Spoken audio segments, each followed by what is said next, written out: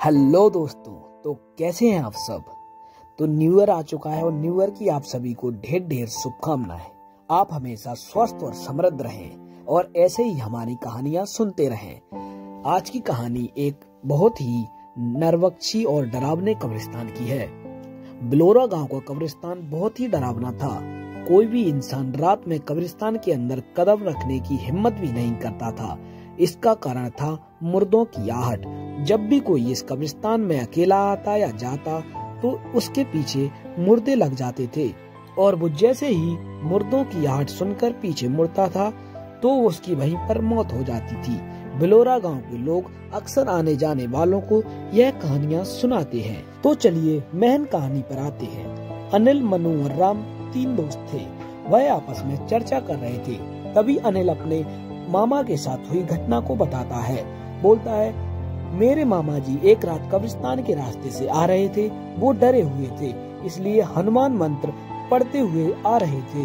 उन्हें कब्रिस्तान के भूतों के बारे में पता था। फिर उन्हें मुर्दों की आहट सुनाई देने लगी। वो सीधे सामने देखकर चलने लगे और फिर उन्हें मामी की आवाज सुनाई दी और मामी की आवाज सुनते ही वो मुड़ गए और मुर्दे उन्हें फिर घसीटकर कब्रिस्तान में ले आए। मनु, तुझे ये सब कैसे पता? अनिल, क्योंकि अगली सुबह तक मेरे मामा जिंदा थे। उन्होंने अपने साथ हुआ सब कुछ मेरे पिताजी को बताया और मेरे पिताजी ने मुझे। मनु, फिर तो वह कब्रिस्तान बहुत ही खतरनाक है। राम, ऐसा कैसे हो सकता है? सुना है बूढ़ा मुकेश उस कब्रिस्तान का सालों से रखवाली कर रहा है। मनु, हाँ वो तो है। अगर उस कब्रिस्तान में मुर्दे हैं तो मुकेश अभी तक जिंदा कैसे है? राम, चलो उसी से पूछते हैं। तीनों दोस्त मुकेश के पास गए और अनिल मुकेश से पूछता है, काका मुझे आपसे कुछ जानना है। मुकेश, यही ना कि क्या इस कब्रिस्तान में मुर्दे सच में जिंदा होते हैं या नहीं? तो सुनो, होते हैं। रोज रात इस कब्रिस्तान में मुर्दे जिंदा होते हैं और हर जिंदा इंसान का पीछा करते हैं। मनु, अगर ऐसा है तो तुम्हारा पीछा किया होगा, तुम कैसे बच गए?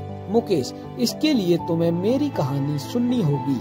राम, हाँ हाँ काका, सुनाओ ना। मुकेश, आज से 35 साल पहले की बात है।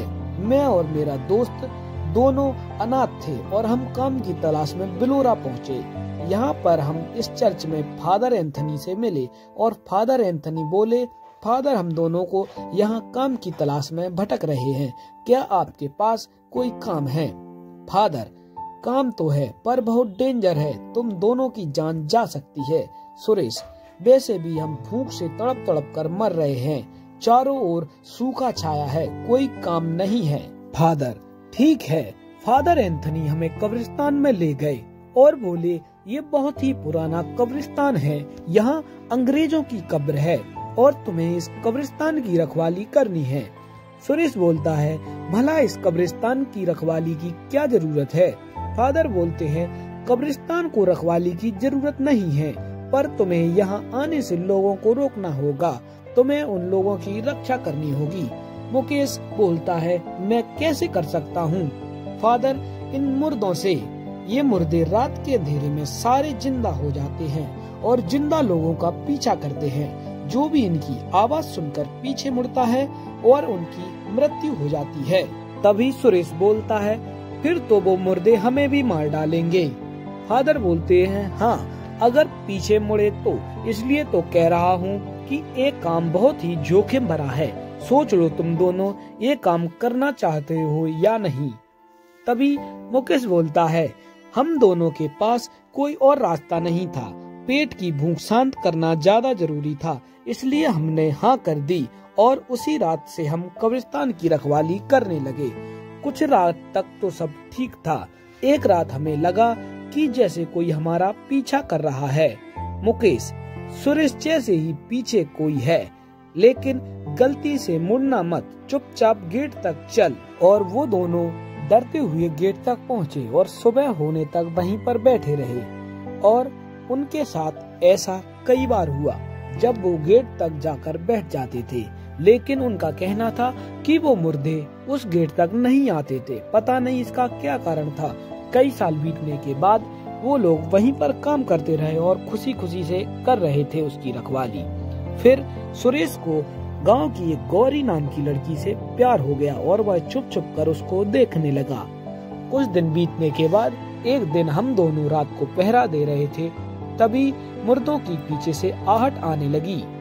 तभी पीछे से एक आवाज आती है, गौरी की आवाज आती है, सुरेश गौरी मुझे बचा लो, ये मुझे मार डालेंगे। मुकेश बोलता है, पीछे मुड़ के मत देखना, ये सब उन मुर्दों का वहम है।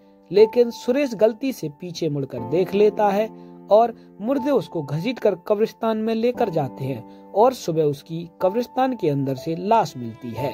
उसके बाद बस वो दिन था और आज का दिन है। उसके बाद मैं समझ गया कि गांव के कब्रिस्तान के मुर्दे किसी की आवाज में भी बात कर सकते हैं, उन्हें बस अपना शिकार करना होता है। मैं 35 साल से इस कब्रिस्तान की रखवाली कर रहा हूँ ताकि और आदमी इन मुर्दों का शिकार ना हो। गांव वाले इसे मनगढ़ंत कहानी सोचकर यहाँ आ जाते हैं। कुछ गांव वाले इन मुर्दों का शिकार भी बने हैं, पर मेरी कोई सुनता कहाँ है। तुम लोग मेरी बात हमेशा याद रखना, कभी भी इस कब्रिस्तान के आसपास मत आना, और अगर कभी यहाँ आना पड़े तो दिन में ही निकल जाया करो। और इतना बोलकर बूढ़ा मुकेश अपने काम पर निकल गया और तीनों दोस्त आपस में बातें करने लगे। मनु, मुझे लग रहा है ये बूढ़ा मुकेश हमें कहानी सुना रहा होगा। राम बोलता है, मुझे भी यही लग रहा है। मनु, आज हम सच का सच और झूठ का झूठ पता लगा कर रहेंगे। आज हम तीनों कब्रिस्तान में आएंगे, वो भी रात को। रात के वक्त तीनों दोस्त कब्रिस्तान पहुँचे। कब्रिस्तान में अलग ही शांति थी। वो कुछ कदम ही चले थे कि उन्हें ऐसा लगी कोई उनका पीछा कर रहा है। राम बोलता है, अपने पीछे कोई आ रहा है। मनु बोलता है, वही बूढ़ा मुकेश होगा, हमें डराने की कोशिश कर रहा है। अनिल बोलता है, हाँ हाँ वही होगा। तभी पीछे से आवाज आती है, अरे तुम तीनों यहाँ। मुकेश की आवाज सुनकर तीनों पीछे मुड़े और मुर्दों ने एक एक करके सबको कब्रिस्तान में घसीट लिया। बाद में उनको कब्रों के अंदर दफन कर दिया। सब एक एक कर मारे गए। काश ये तीनों बूढ़ो मुकेश की बात सुन लेते, तो ऐसा कभी नहीं होता। और हमेशा कहते हैं कि बड़ों बूढ़ों की बात माननी चाहिए। तो इस कहानी का यही अंत होता है। और आपको हमारी कहानी कैसी लगी, आप हमें कमेंट बॉक्स में बता सकते हैं। और अगर आप चाहते हैं हम आपकी कहानियाँ सुनाएं, तो आप हमें इंस्टाग्राम पर DM करके कहानी अपनी भेज सकते हैं। डिस्क्रिप्शन में हमने लिंक दे रखा है।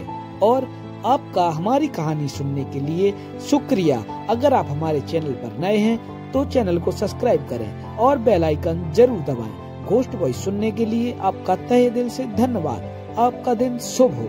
Thank you.